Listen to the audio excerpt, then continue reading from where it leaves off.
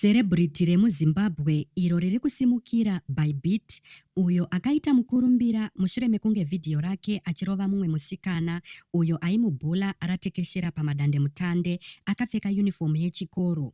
Abuda pachena achitaura kuti Aripabarika mudzimai wechipiri kumurume wake wechikuru mupostori uye ane mwana ane makore 3 kubva kune mumwe murume zvakare. Saka oraiti Bybit, saka iwo wakuda kushingirira kudzokera nemurume womunhu. Ndizvo zvatiri kutaura. Iwo wakudzokera nemurume womunhu here? Haasi murume womunhu, murume wenyu mese.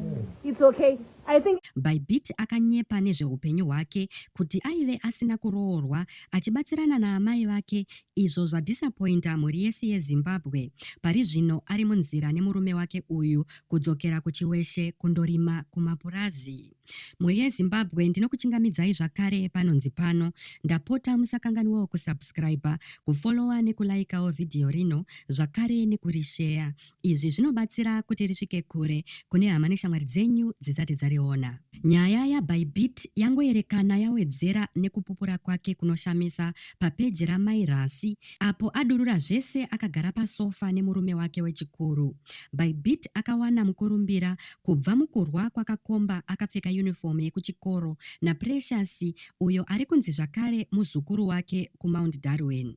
Uko zvaiita sekunge Bybit akashinga kumira pamberi pemudzvanyiriri anobhula, asi chokwadi chiri chekuti Precious aimupomera mhosva yekuba boyfriend yake. Bybit wekuchiweshe kuMount Darwin uyo akabudirira zvikuru nevhidhiyo iyoyo, achiwana vateveri vanosvika zviuru 186,000 mumavhiki maviri in just 2 weeks paFacebook, uye achirumbidzwa semunhu achatevera mumatsimba enyati family nekuda kwemaitiro ake anosetsa nekondendi yake.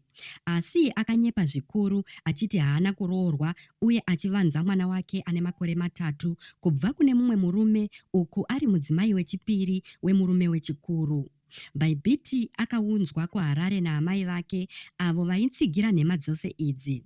Vakava vaviri vane simba, vachipiwa zvipo zvakaita semidziyo yekurima, mbeu, mbatya nekuchererwa migodhi kubva kuvateveri vanomutsigira, vachimusundira kuti apedze Form 3 uye to chase her comedy dreams. Vateveri vasara vakashamisika uye vakaudzwa mwoyo vari disappointed, vamwe vachipomera mweya yemadzinza kuti ndiyo yamuitisa kuti asiye basa rose iri apo mikana yauya.